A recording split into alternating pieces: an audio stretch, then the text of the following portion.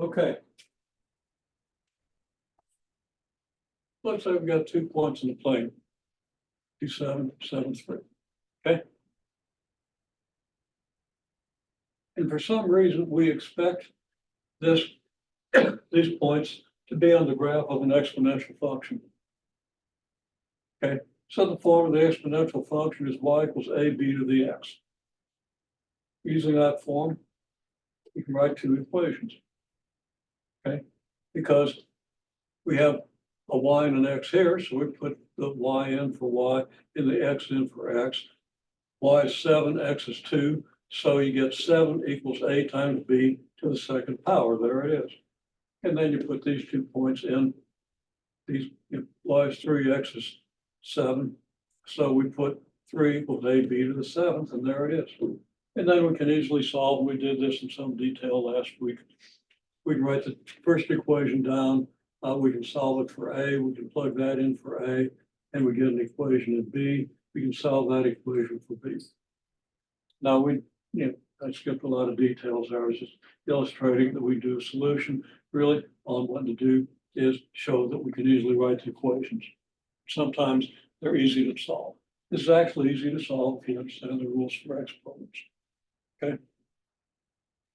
And you need to understand the rules for exponents. Okay. Now we want to fit the same points to y equals ax to the p. Looks a whole lot like ab to the x, except the difference is your parameters are a and p is in the exponent now, which means that you can kind of anticipate you have to use logs, because that's how you get things out of the exponent. But let's see just what the equations become. So again, if y is 7 and p, x is 2, you're going to have 7 equals a times 2 to the p. 7 equals a times 2 to the p. And plug in 3 and 7, you're going to get the 3 here, the 7 here, you're going to get this equation. Okay, you're going to solve these equations in a very similar manner to this one. You can't solve them using elimination. You got to solve them using substitution. And probably the easiest thing to do is solve for a, plug it in. Okay, it's going to look a whole lot like this, except when you get down here, p is going to be in the exponent. You're going to have to use a log. Okay, so that's not difficult to solve. It gives you then a power function model. This tells you what power, like second power, third power. In other words, you're going to have a transformed x squared function, a transformed x cubed, or transformed x to the -1, that would be your 1 over x. Transformed x to the -2, that would be 1 over x squared, right? Okay.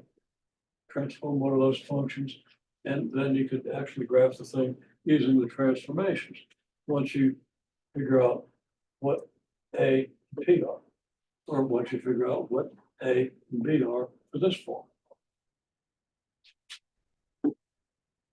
You could use the form of a linear function. It's y equals ax plus b. Well, that gives you 2 equations that you know immediately how to solve, because you know how to solve simultaneous linear equations and 2 unknowns, right? So you just write down these equations. You could add this equation to this one, or subtract one equation from the other, eliminate b, solve the remaining equation for a, and so forth. Okay, so it's just going to be one linear equation. Okay, but let's say we know that this thing should be a quadratic with axis of symmetry at x equals 7. Then we know that the form would be a times x minus 7 squared plus k. We just plug in 2 for x, 2 in for the first point, 7 for the second point. We plug in 7 for the first point and 3 for the second point. We plug in 7 for y, 3 for x, okay? Same numbers. And we get this. Now, what do we have here? Well, this is just a times the number plus k. This is just a times the number plus k. So that's going to give us 2 simultaneous equations. And they're linear, because a and k are both to the first power. That makes sense? So the thing I keep emphasizing is if you want to solve an applied problem, sketch a graph and see how the information you're given gives you at least 2 points on the graph. Because you can always do this, and these equations are always easy to solve. You know, these two might not be all that familiar, these two and these two, but the steps are easy. If you know rules for exponents and rules for logs, okay? So you do a few of them and you get good at it. Okay.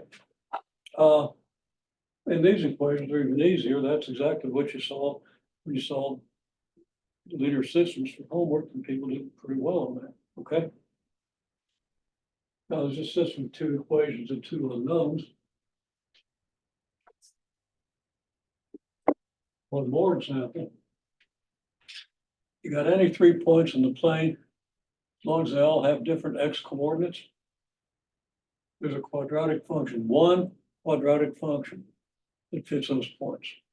One and only one, as long as the x coordinates are distinct. Okay, so here are 3 points with distinct x coordinates. And here's kind of a curve that shows, you know, your vertex is going to be over here someplace because, well, not sure where the vertex is going to be. We solve the equations to find out. Okay. The form of a quadratic function is y equals ax squared plus bx plus c. So we just take -2 and 6, plug 6 in for y, -2 for x, here's 6, and here's -2 plugged in for x in both places. And then we plug in 1 for y, 4 for x, there's the 1 for y, and here's 4 for x. X appears 2 places, we've got to plug it in twice. Okay. 9, 3, 3 for y, 9 for x. We get this. So we get these 3 equations, just literally writing down what we get and we plug in, and then we do the arithmetic. -2 squared is 4. So we have, yeah, I made a mistake here. -2 squared is 4. We'd have a -2b here. So should be a -2b. Okay, so we're going to get 4a minus 2b plus c. Now put that on the left because that's where we're used to seeing it. And then equal to 6. There it is. Okay. Then we get an equation for this one. 4 squared is 16. So we get 16a, 4b, c, and put the 1 over here. Square the 9, we get 81s. 9b is 9b. There we have a third equation. So we can solve 3 equations and 3 unknowns.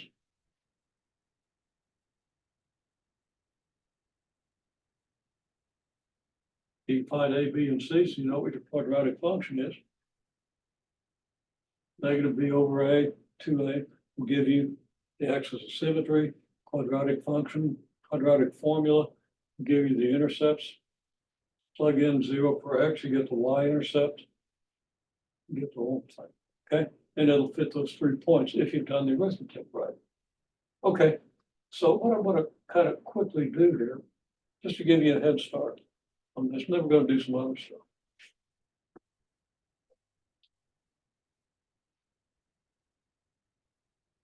Rewrite these equations big enough that you can read them, hopefully.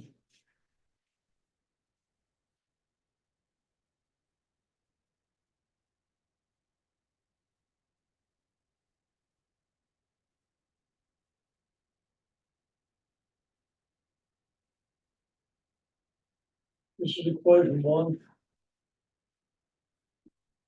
equation 2, equation 3.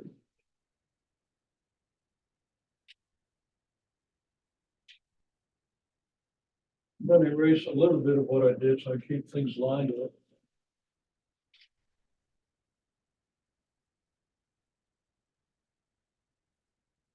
I'll just write it smaller.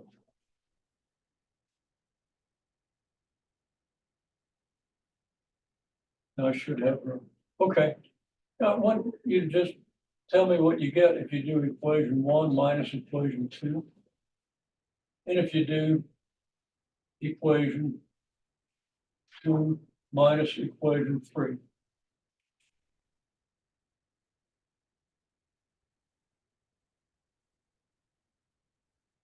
Now, don't write anything below here except the result. If you're going to write out other stuff to do the calculations, do it off to the side. Don't fill this space with anything except equation 1 minus equation 2, whatever that turns out to be, equation 2 minus equation 3, whatever that turns out to be.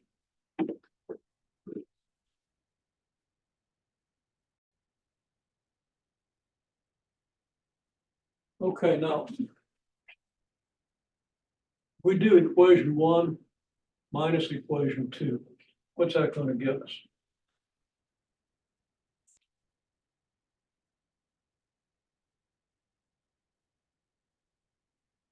I got to give myself more room here. Hopefully we all see where these equations came from.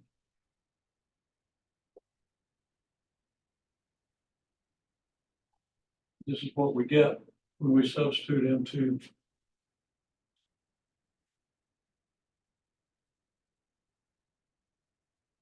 general form of a quadratic. Okay, equation 1 minus equation 2. Here's equation 1.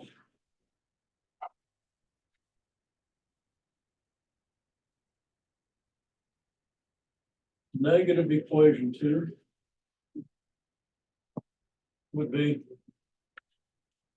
negative 16a minus 4b minus c equals negative 1. It just means we multiply negative 1 times equation 2. And I'm going to do this. Right, it's negative 1 times equation 2.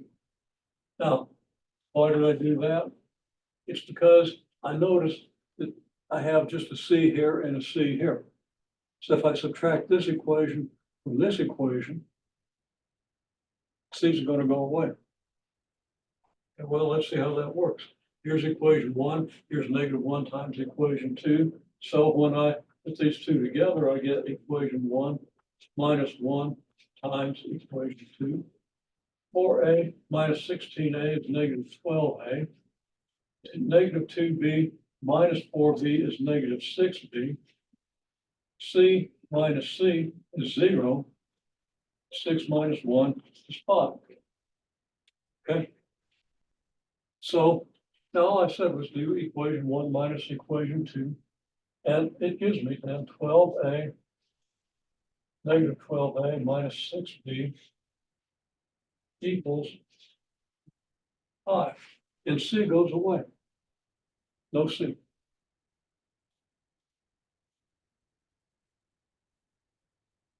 Then I do equation 2 minus equation 3. Well, I'm going to write down equation 2. That's 16a plus 4b plus c equals 1. And minus 1 times equation 3. Well, equation 3 is 81a, so we're going to have minus 81a. And 9b, so we're going to have minus 9b. And c becomes minus c and minus 3. So we multiplied everything in this equation by negative 1. We add the two together. 16 and negative 81 gives us 65. So that's 65a. And we're going to have minus 5b equals negative 2. So we have 65a minus 5b equals negative 2. Now we have a system with two equations and two unknowns. How would I solve this equation? Well, I'm going to do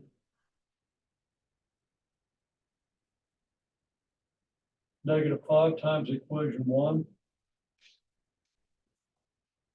and 6 times equation 2. Because negative 5 times this is going to give me 30b, and 6 times this is going to give me minus 30b. Just multiply each by the coefficient of the other, except I make one negative in this case, because I want to have opposite signs, so I don't have to worry about subtracting negatives. And I get 60A plus 30B equals negative 25. And I get 330A minus 30B equals negative 12.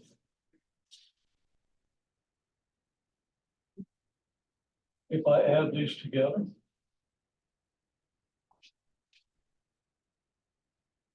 the first equation plus the second, okay? I get 390A equals negative 37. So A equals negative 37 over 390. 37 is a prime number, and it doesn't divide into 390, so there are no common factors, so we're stuck with a pretty ugly fraction here.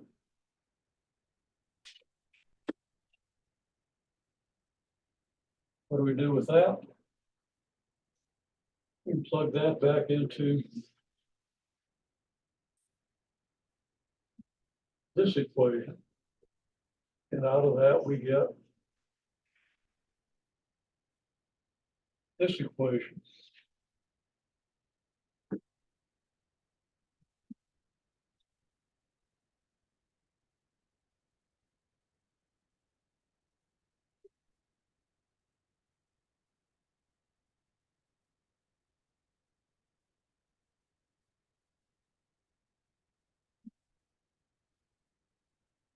Okay, this equation is the same as this equation, except I've replaced A with its value, negative 37 over 390. Okay. Now I multiply both sides by 390 because I just don't want to have denominators. And I get negative 12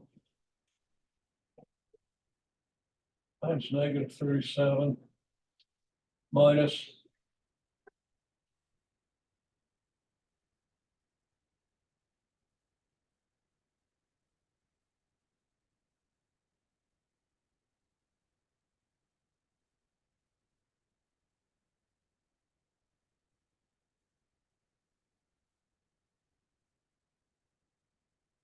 and actually it'd be like 390 multiplied by this over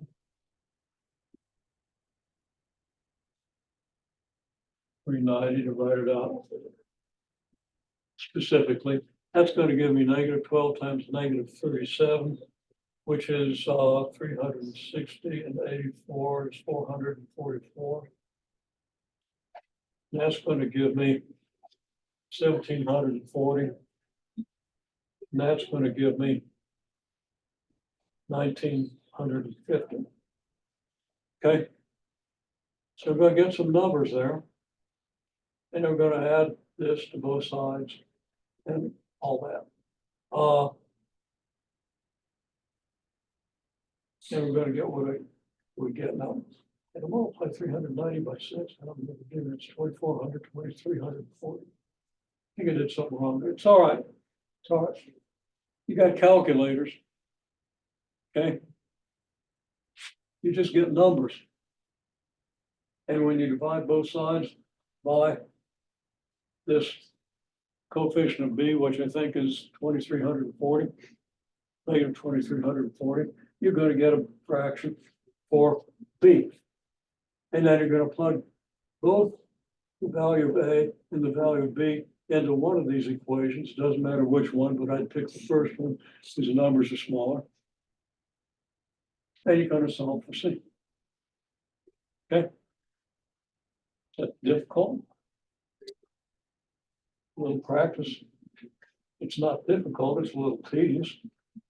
You know, a lot of steps. You got to be careful of that calculator. And be careful to write things out correctly. But it's not difficult. So my point is, if you have a system of 3 equations and 3 unknowns, pick a variable to eliminate, preferably the easiest variable to eliminate. Now, if somebody picked B to eliminate, because it's easy to eliminate B between these two, right? And it's not hard to eliminate B between these two, let's say. That's perfectly valid. you have an easier life. In this case, if you pick C, usually it's not that easy. Usually you got to do something like this, okay? If it was a 3C and a 7C and an 11C, you'd probably pick B to eliminate. Okay. So system of three equations reduces to a system of two, and you know how to solve the system of two. Make sure you know how to solve a system of two. The assignment on solving three equations of three unknowns won't be due until a week from tomorrow. So I'll have a class before that.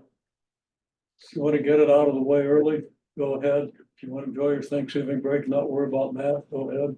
Although if you're behind on things, you're probably going to need to use a little bit of time to catch up. But there won't be any new assignment. So I'm just anticipating stuff that you're going to need for next time. Also stuff you're going to need for the final, that's what we're going to start talking about now.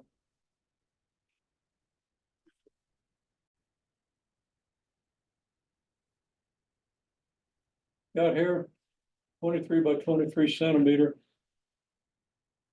square cardboard cut out of an Amazon box. Okay. Find out it's 23 grams, got a mass of 23 grams. Okay. I'm going to predict what the mass of this is.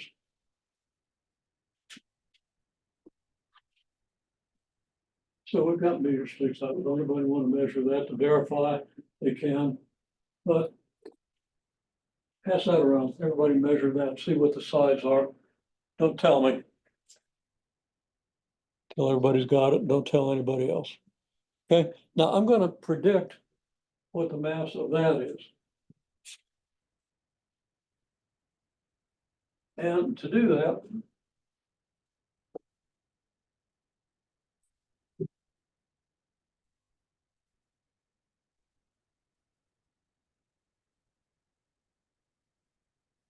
we'll make a rectangle or a square, doesn't matter.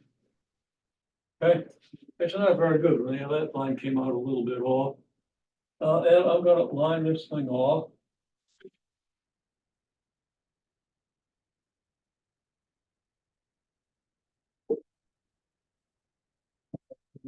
There.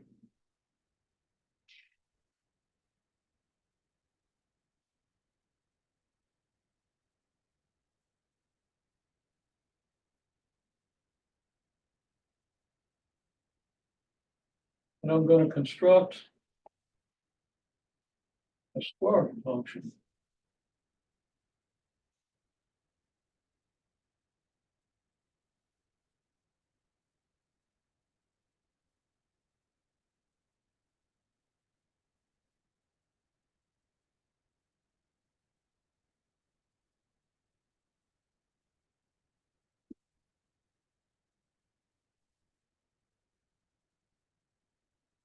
See that? Tried to move. You got to be ready to defend yourself against the unknown. Can't get used to it. Okay, something unknown happened. I've never had a board do that before. Must be the Thanksgiving haunts. Something left over from Halloween. I don't know. Okay. I wasn't going to let it go if I could help. Okay, I was a little wobbly right there. Chalk. Maybe I was a little nervous and whatever happened. Okay. Okay, that's pretty cool. Okay, so now what I'm going to put down here.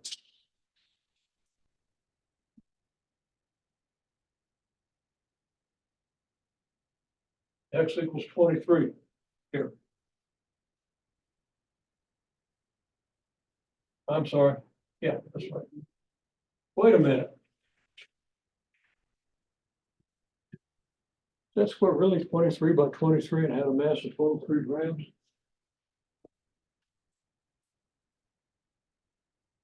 That's a bizarre coincidence. It's actually a little more than 23. I'm gonna say 23.4. I'm gonna say this is 23.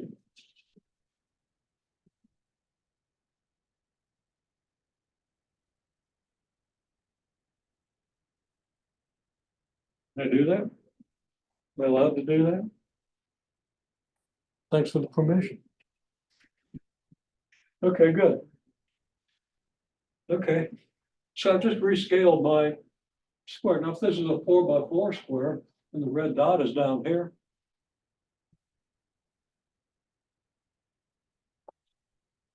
then I've got my toolkit squaring function, right?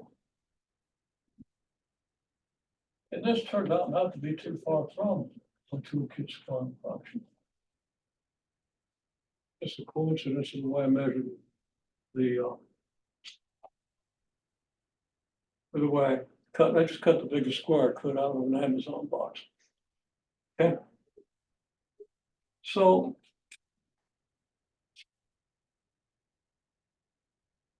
has anybody measured the small square? Everybody? Okay. Tell me what, don't tell me just yet, but tell me what X ought to be for the small square.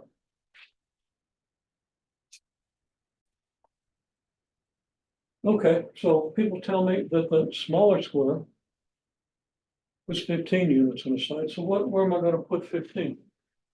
It's going to be an X, isn't it? This is the length of the side, and this is the mass in grams. Okay. Now the scale doesn't do fractions of a gram.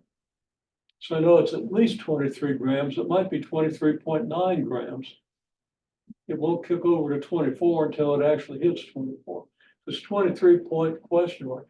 It might be 23.4, which would be really spooky. All right.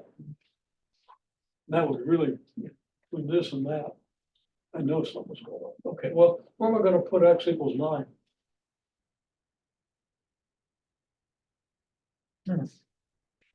23.4 here. So how big is one? It'd be 123.4 for this. Where would that be? Well, you know what I'm going to do? I'm going to say, okay, I'm just going to estimate that X equals 24, really close to this. So that should be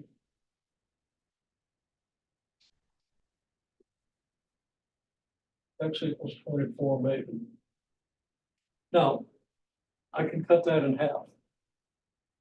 So I can go halfway. Well then, if this is X equals 24, a line just a little bit to the right of this one would be X equals 12. And a line just a little bit to the right of this one would be X equals 6. Now what's halfway between 12 and 24? Well, that'd be 18. You add 6 to 12, you get 18, add 6 to that, you get 24. So we can locate X equals 18 by subdividing this little rectangle.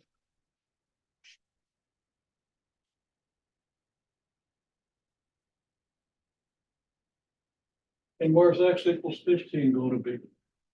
Well, it's going to be halfway between here and here, isn't it? Okay, so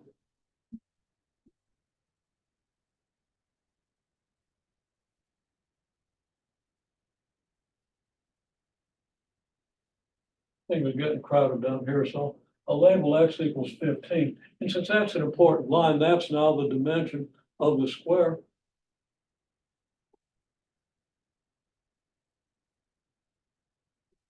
There it is. Okay.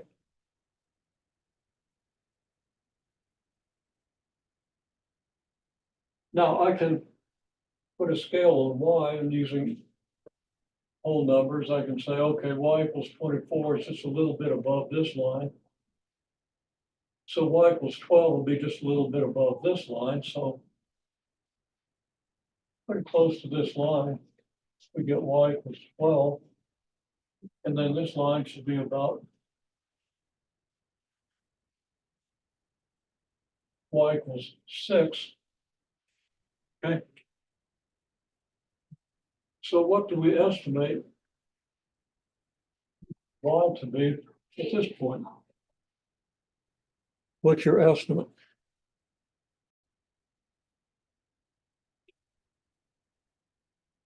And now if I draw my horizontal line through this point, I find it's a little closer to 12 than it is to 6. Now, from your perspective, I don't seem to be about halfway, but clearly this distance is greater than this distance here. Okay. So everybody estimated y equals 9, but that's probably because of where you were sitting. You know, the more accurate estimate is y equals 10. Well, I tossed that square on the balance. And what did it give me? It gave me y equals 10. Now, if it had given me 9 or 11, it'd be okay. Probably a little overweight because there's a stupid label on this side I couldn't peel off. Okay? It's going to tend to be a little heavier than we would indicate. Okay, so now my next question is, we just weighed another square, this thing. So the question is, what do you think its dimensions are? We can measure it. We can predict it. So according to the graph, how am I going to do that? Well, y is the weight. So I need a line for y equals 3, don't I? Now here's a line for y equals 6. So the line for y equals 3 is going to have to go, well, this ought to be about the line for y equals 3. Now I didn't do a great job of subdividing this interval here.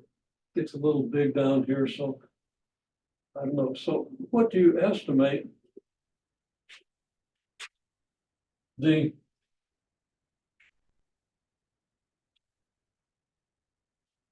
dimension would be if the weight is 3 grams? And I'm looking for a different color of chalk. There we go.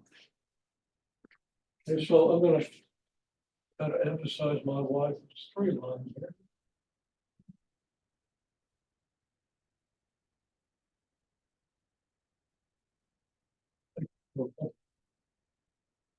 Matter of fact, make it solid.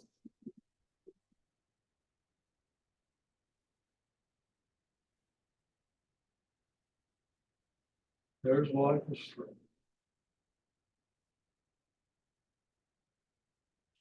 What do you think we get for x? Make your estimate. Here's the x equals 6. Here's x equals 12, right? So there's the x equals 6 line. There's the x equals 12 line.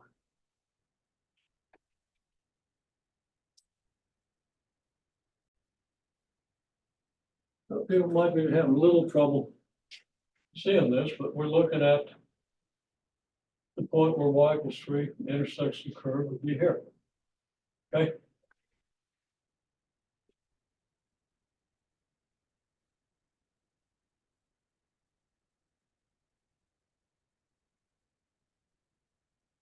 And this line, x equals what? You show with your fingers.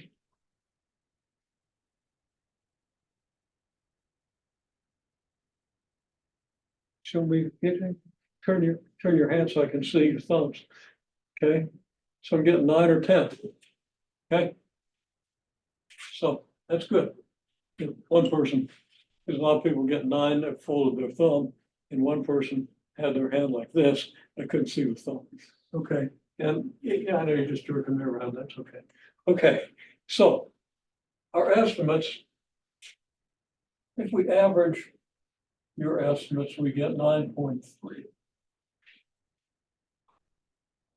Question mark on that. Okay. So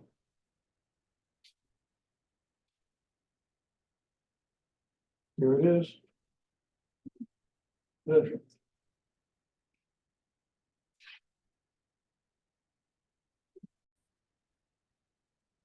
Okay, well, x equals x wasn't 9, it was 8.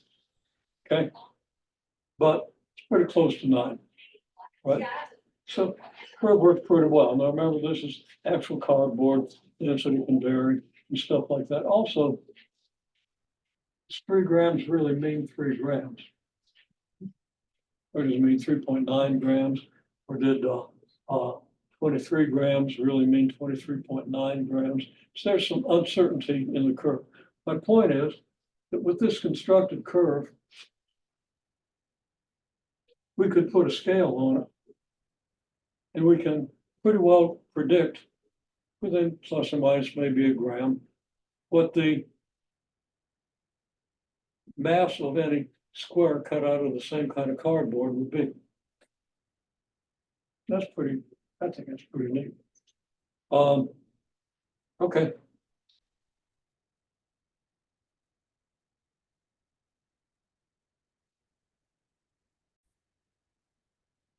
Just to summarize, we weighed this cardboard square and measured it. Found out that the mass was about the length of side was about 23.4 centimeters. The mass was about 23 grams, although the scale only doesn't measure fractions of a gram, so it could be 23 plus any fraction. It didn't trip 24. So you could be up to, it's between 23 and 24. Okay, so what we did was we constructed, these are squares. So naturally we constructed the graph of the squaring function. Okay, well, there's a reason for that. We just constructed the graph. We're not using any numbers, any formulas. We're just using numerical estimates based on our subdivisions of the graph.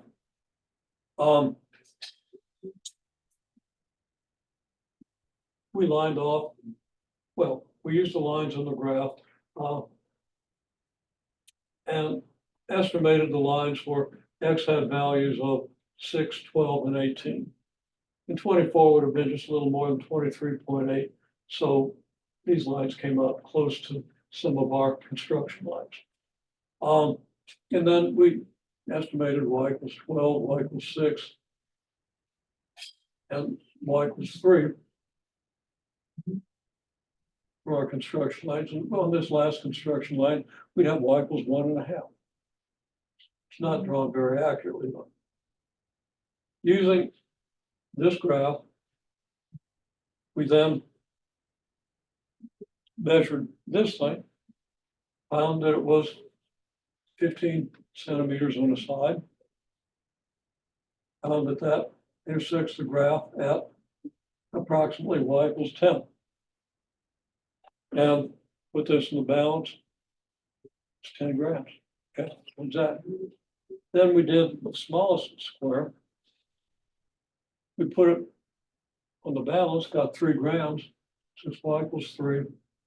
We saw where that projects here along this line to x equals 9.3. Measured it, and x wasn't 9, it was 8. So,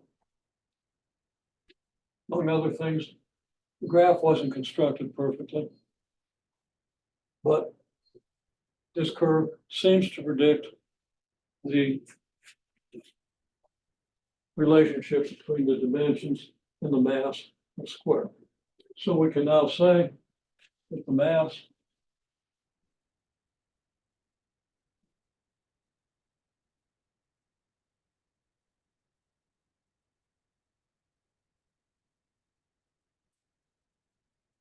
let's say this y equals a x squared. In this case, a is pretty close to 1. No, it isn't. It is, what's the value of a? For this graph? How are you going to figure it out?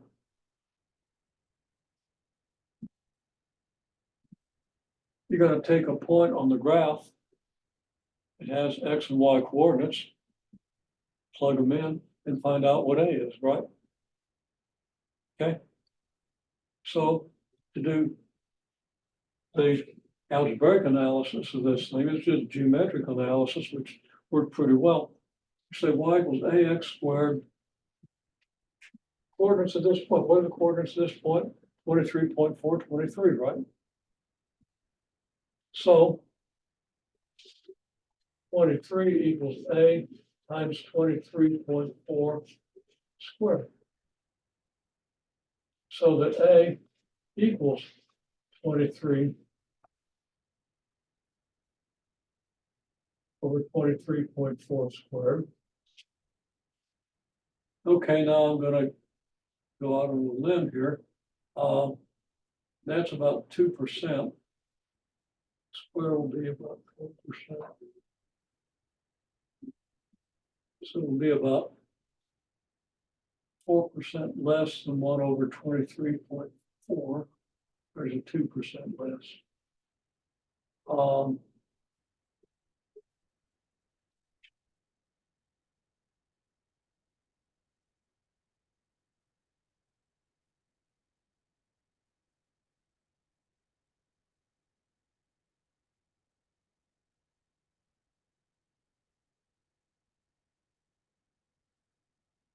0.0416 repeating.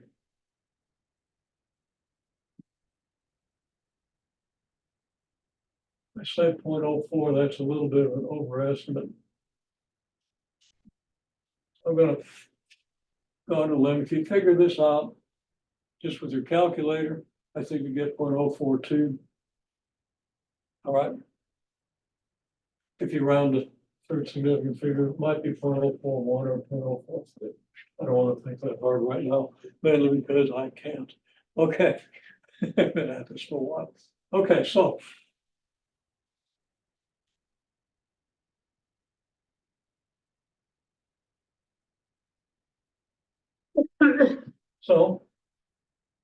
if x equals 8,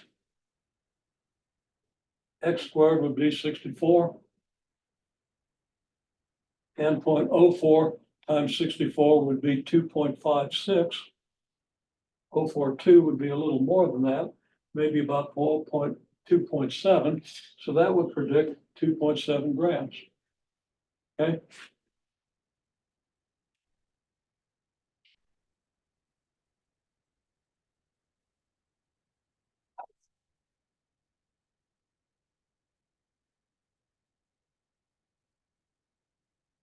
That's not exactly what we observed. X was 8 and Y was at least 3. So our model isn't perfect.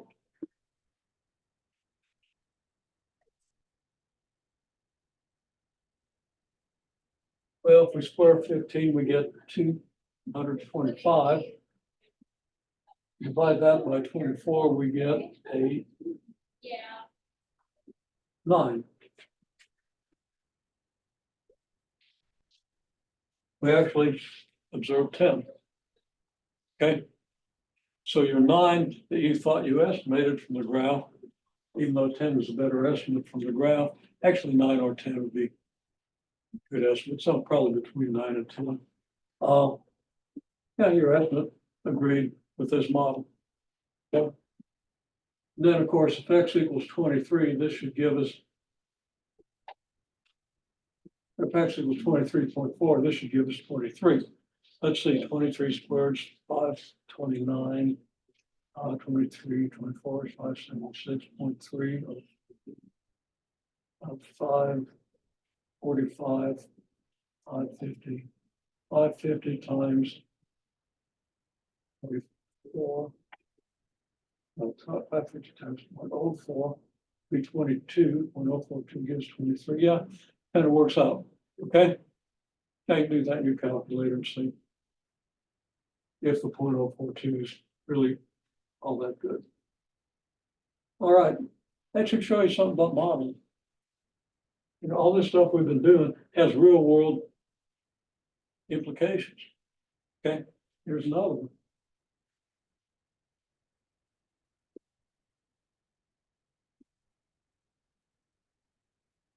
Oh, steel ball. You see, steel ball.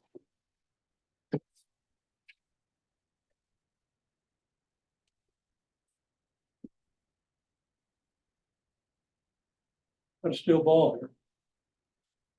And I'm going to toss a steel ball into my other hand. I don't hit my hand, something terrible is gonna happen. You ready? Okay. Now, what was the path of that ball? It goes straight? No, did this, right? And toss it to you, but they could hurt you if it hit. I'm sure everybody could catch it. It's not risky.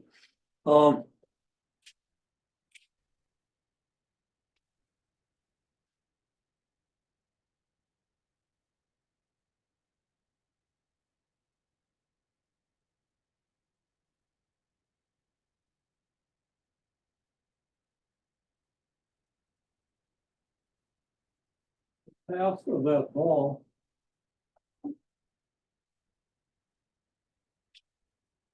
Be careful.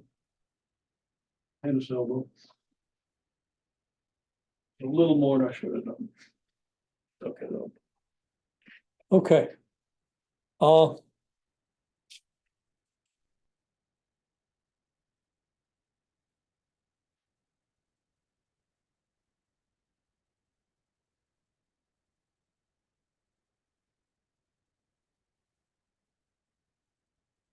Okay. Let's say the ball fell 20 centimeters while it traveled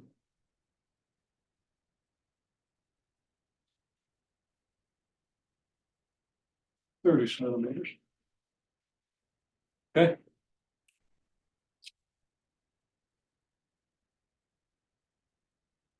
This path was a problem. If I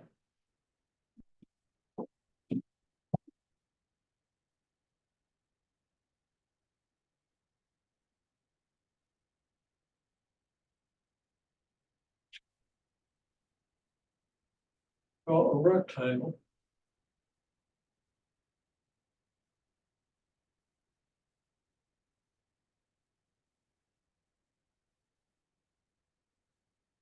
got a little overzealous there.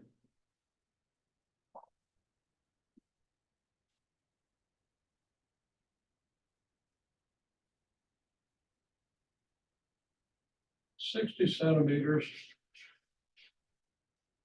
by 20 centimeters. You know, I'm actually going to do that.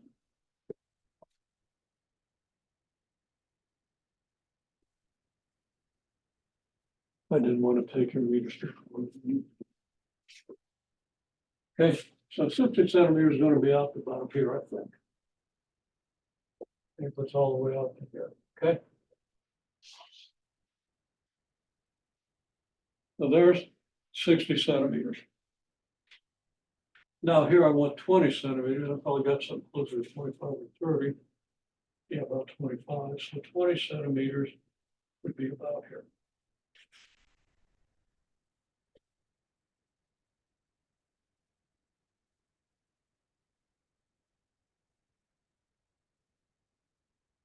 Okay, here's a 20 centimeter by 60 centimeters. Rectangle. Why do I use 60 centimeters? The ball only went 30 centimeters. Well, we'll see that again. Okay, so I'm going to construct a parabola. We're going to do my horizontal lines first. I'm going to have one here, and then halfway would be about here, and then halfway would be out here. Halfway here would be out here. It turned out this side isn't going to matter. I'm going to draw it anyway. Okay, so there are standard construction lines for sketching a parabola inside of a square, and you can do the same thing inside of a rectangle. Then I'm going to cut it in half this way.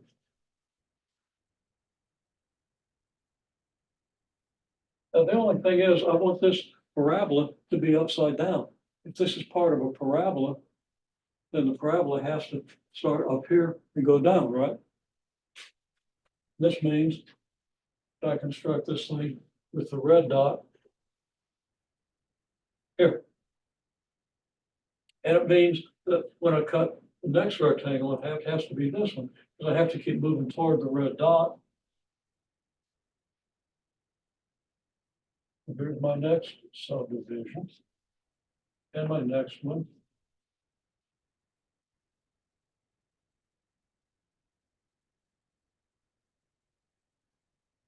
And one more.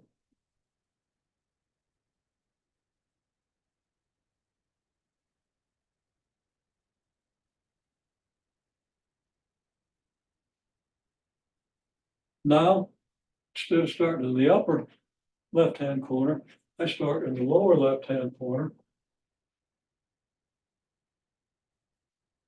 Move over 1 up 2, over 1 up 2. Then I go through the red dot.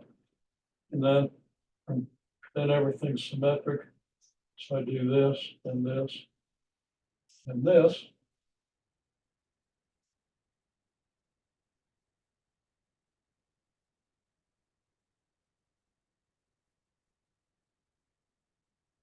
And now I have a path of a parabola.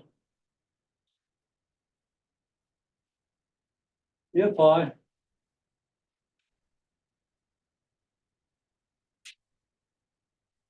wait a little chalk here.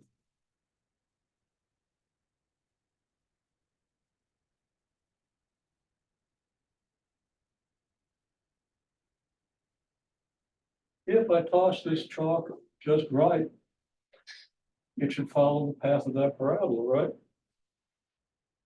Now, being a highly skilled chalk tosser, I should be able to do that my first try, don't you think? I don't know. I'm trying to hit this point down here. Pretty close. Okay. Ah, it was perfect, and then yeah. Okay, it'll never be that good again, but let me try. That was maybe a little closer. My chalk is staying put. How am I doing? Okay, getting close. I'm afraid to, yeah, I can't really see because of parallax, but I think it's come up a little short. But if you did stop action, if the video is that accurate, you'll see that the thing was really trying to follow that parabola. Okay. Now that assumes that I started it out perfectly horizontal. It started out a little down, a little up. It's not going to follow the parabola, right? Okay. That makes sense. But there it is. So I could put numbers on this now. I mean, we'll just put, let's say, well, this is 0 centimeters, right?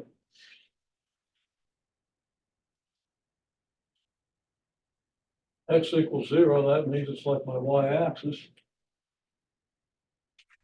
And down here,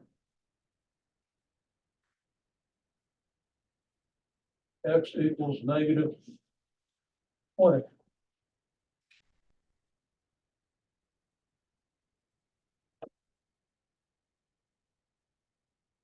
So I wonder what my formula would be. Well,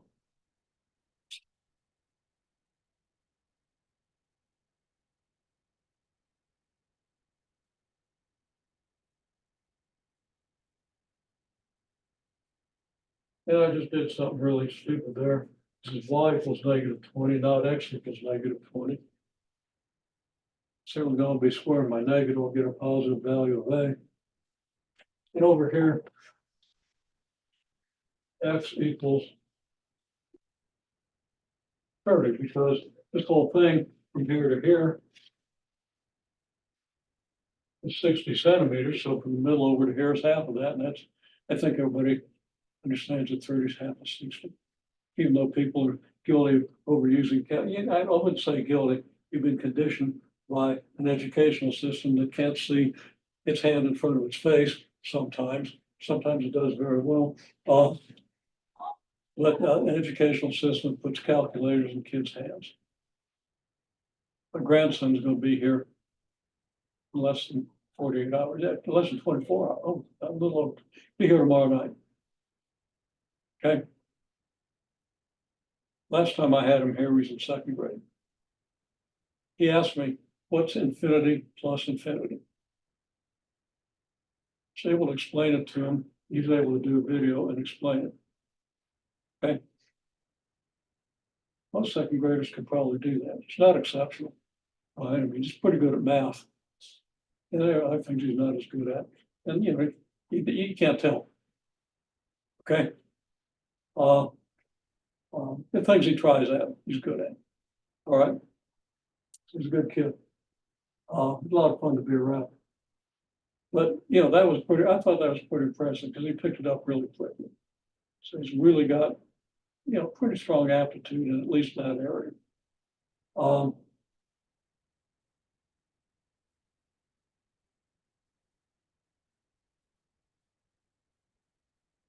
I think I'm going to show him how to draw these pictures. Okay, he won't understand this. You know, he's fourth grade. Okay, hasn't even done fractions yet. I don't think it'd be interesting to kind of probe and see how he does.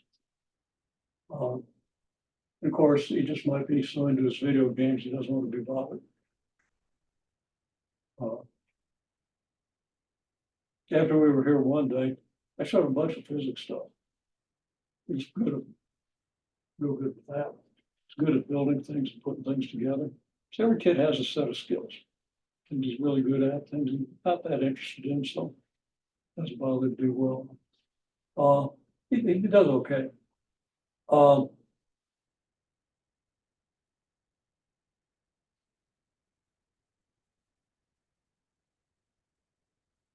But then, you know, next day I say, you want to go back to the lab? And, yeah. No. So next day I say, you want to go back to the lab? Don't know what I'm going to get. It's neat kid though.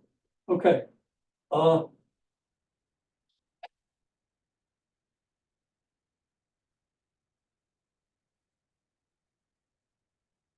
are we going to find A? This is a vertically stretched parabola, isn't it? It's vertically stretched and reflected about the x-axis. Okay. So how are we going to get its formula?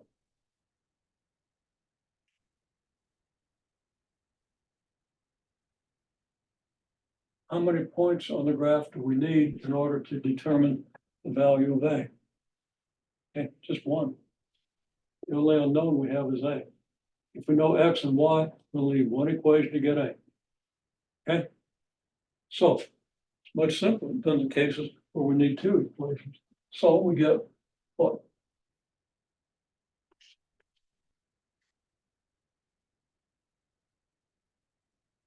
What are the coordinates of the point you want to use?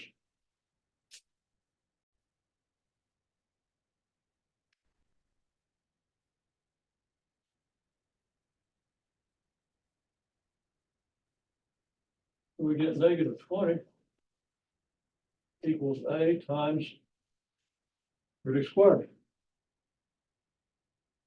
So that A equals negative 20 over 900, which is negative 1 over 45, which is approximately negative 0.022. Okay. So now we have our formula.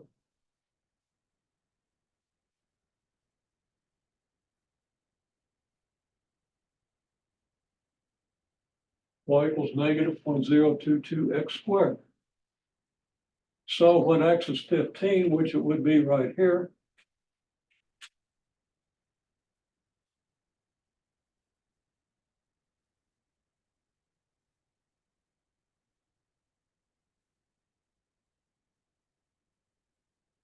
we could estimate, and actually we ought to be at 1/4 of 30, which would be 7.5. Negative 7.5. Well, if you put 15 in, you get 225, multiply that by 0.022. You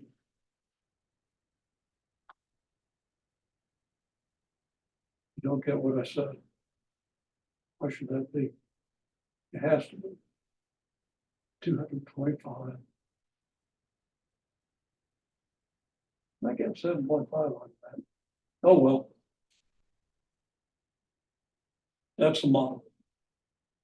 If I threw the chalk perfectly horizontal, so that it goes through this point or right in front of this point, it would follow this path to the extent that I drew the path accurately without the wobbles in it and everything.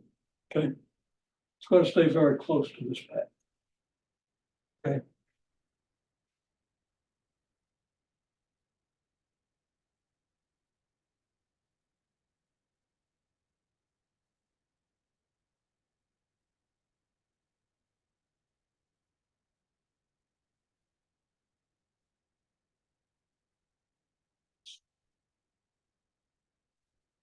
Oh, I've got more board.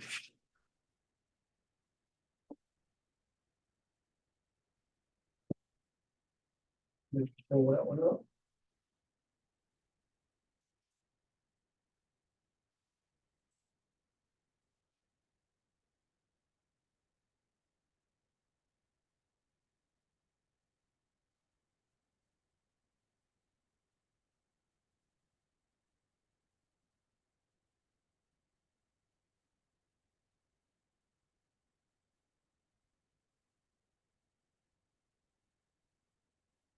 Okay, quickly. I'm gonna draw.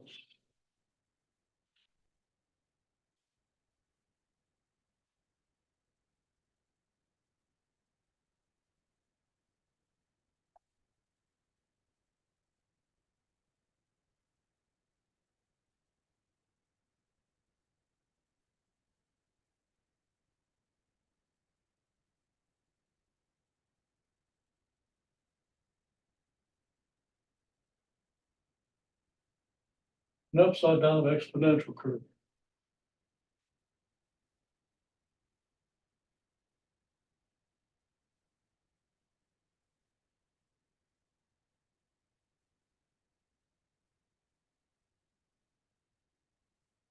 Where I start here.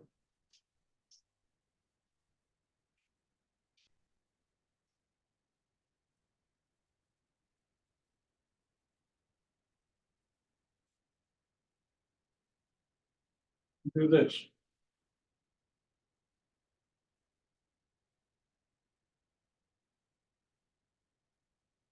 We know that this line is going to be the asymptote.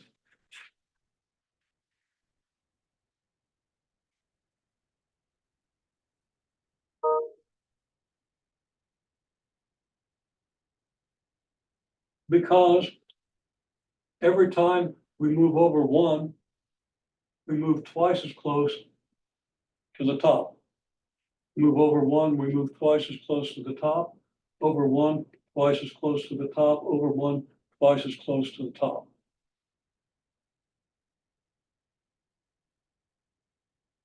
This goes back to the turkey. So the asymptote is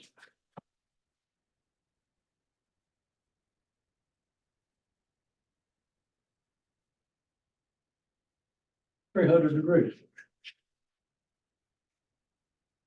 Turkey starts down here.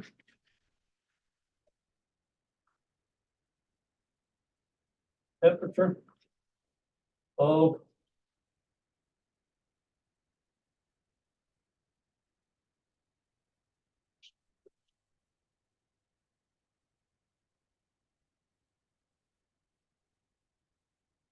40 degrees. It's been thawed in a 40-degree refrigerator.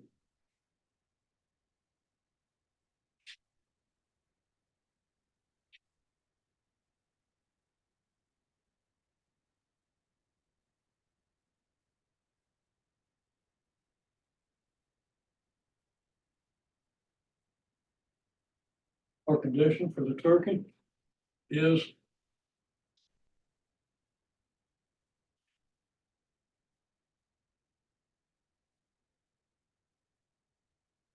want the temperature to be 160 degrees.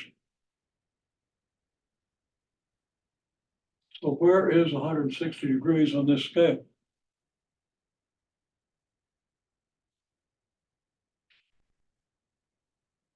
Well, if this is 40 and this is 300, then the difference between here and here is 260.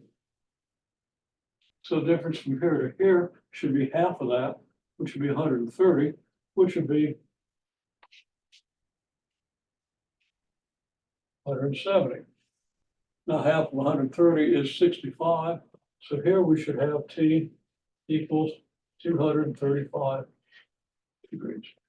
Okay, we just cut this distance in half to figure out what that is, cut this in half, and we got that and so forth.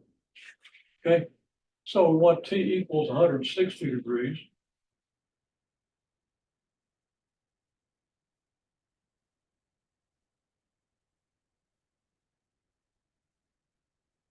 Now if that's 40 and that's 170, I could do some subdividing, but we're out of time. So 160 is going to be just 170.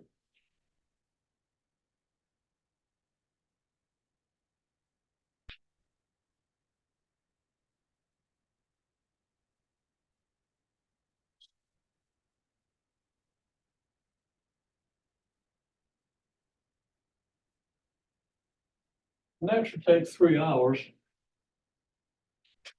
So we're going to say that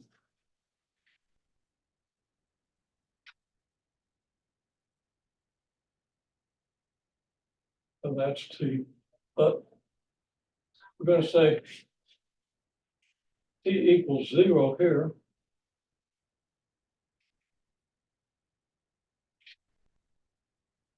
And T equals 3 hours here.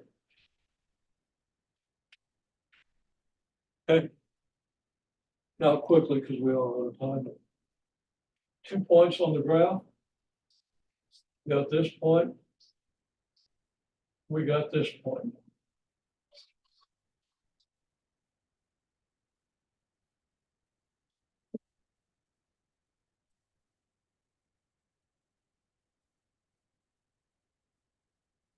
Zero 40 and 3 160.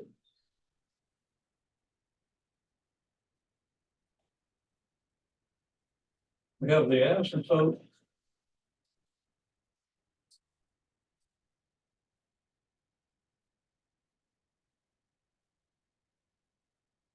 Big T equals 300. Our model is big T equals A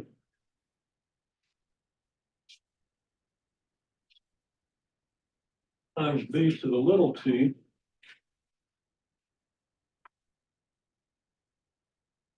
plus K. What information do we have? We take our first point,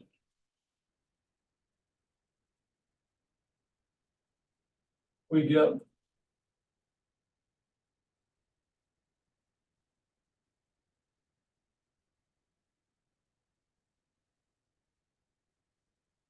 order equals AB to 0 plus K. Our second point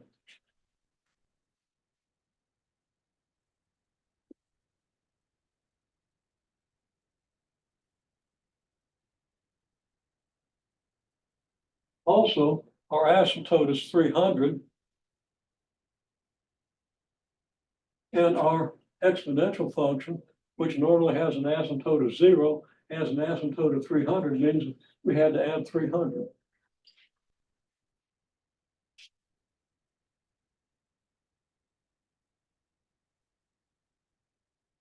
So if we replace K by 300, we have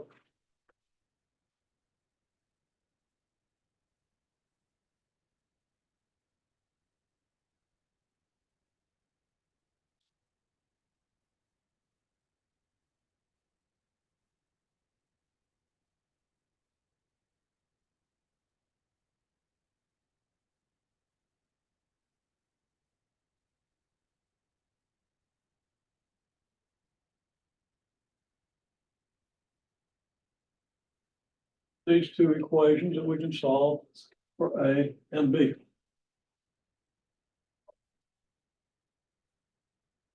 Then we can answer a question like, if I accidentally leave this thing on when is that turkey gonna boil?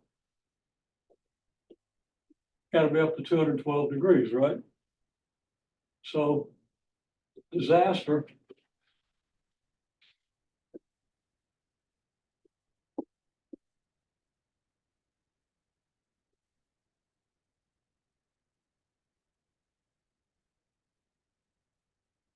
This altitude more like 210 degrees. Disaster T equals 212 degrees. Okay. So we can estimate from the model that that's going to occur. If this is 3 hours, that's probably between 5 and 6 hours. Just kind of a question we could answer, like if we were professionally cooking a whole bunch of turkeys for a big crowd. Okay. What happens if we leave the turkey in too long? 5 hours, you really kind of got a disaster. You don't want the turkey to boil. It'll be too tender.